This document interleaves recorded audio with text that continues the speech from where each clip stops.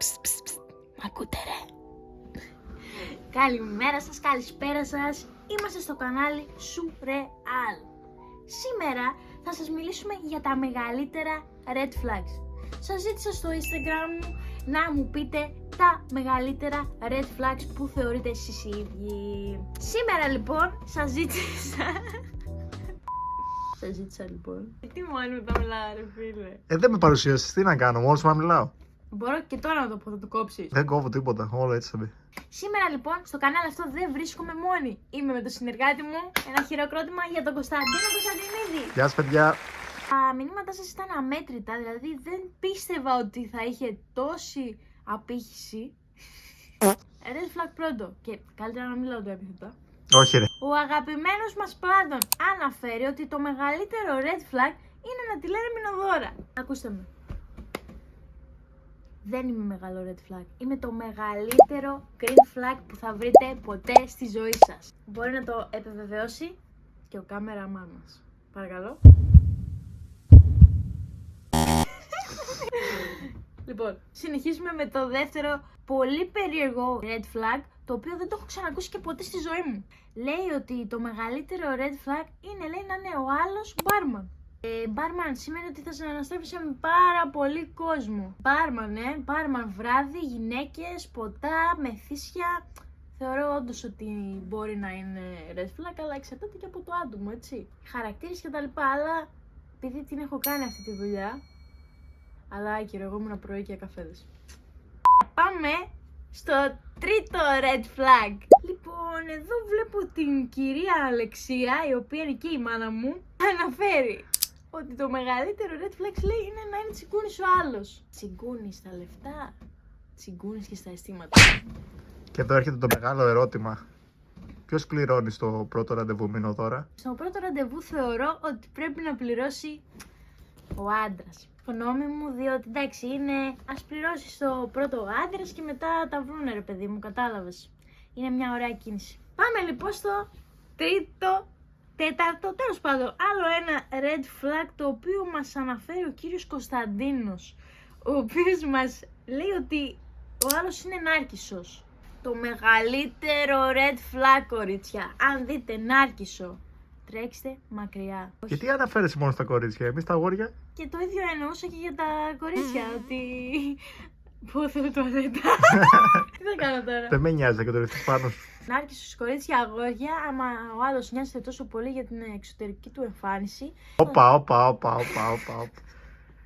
Άμα νοιάζεται για την εξωτερική του εμφάνιση είναι νάρκισσος. Άκουσε μου.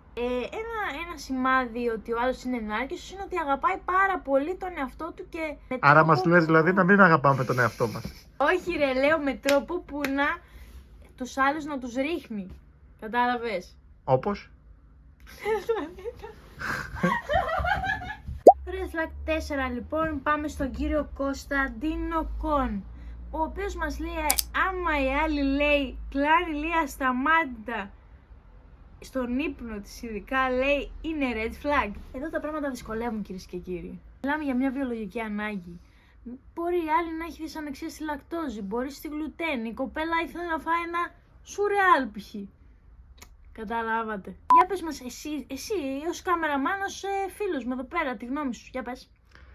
Πιστεύω ότι είναι από τα μεγαλύτερα red flags το να κλάνει ασύστολα, γιατί δείχνει ότι είναι αφημένη στη σχέση. What?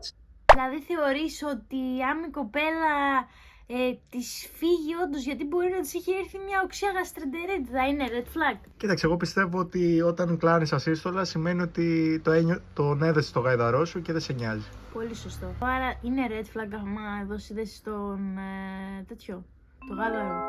Ναι. Ωραία. Πάμε στο παρακάτω, το οποίο λίγο με παρεξένευσε, ίσως και να μου γέμισε πολλά ερωτηματικά το μυαλό μου. Εδώ βλέπουμε έναν Νίκ, τον κύριο Νίκο, τον Κυρνίκο, ο οποίος λέει ότι το μεγαλύτερο red flag και μου λέει woke up. Τι θα εννοούσε ο ποιητής? Άμα δεν ξυπνάει νωρίς, άμα ξυπνά νωρίς. Πώς το εξηγείτε λίγο, woke up? Για πες μου κι εσύ, Κωνσταντίνο μου. Ξύπνα. Επόμενο λοιπόν, ένα από τα top red flags, τα οποία ο φίλος μου ο Σιμεών μας επισήμανε, να κράζει πρώην σχέση του της. μιλάει και για πρώην σχέση συνέχεια ή μόνο την κράζει? Αλλά μου πεις για να την κράζει, μιλάει κιόλας. Να κράζει, λέει, πρώην σχέση του. Δηλαδή, π.χ. θα ήταν λογικά σε μια συζήτηση. Α, καλά, εμένα η πρώην μου κάνει αυτό και αυτό και αυτό. Πολύ ηλίθια. Τι θεωρείς? Ότι δεν την έχει ξεπεράσει. Άμα την κράζει. Κοίτα, όντως παίζει και αυτό το σενάριο, αλλά θεωρώ ότι μπορεί να τις κράζει όλες. Άμα τις κράζει όλες, θα κράξει και εσένα όταν είσαι η επόμενη πρώην του. Παρακάτω.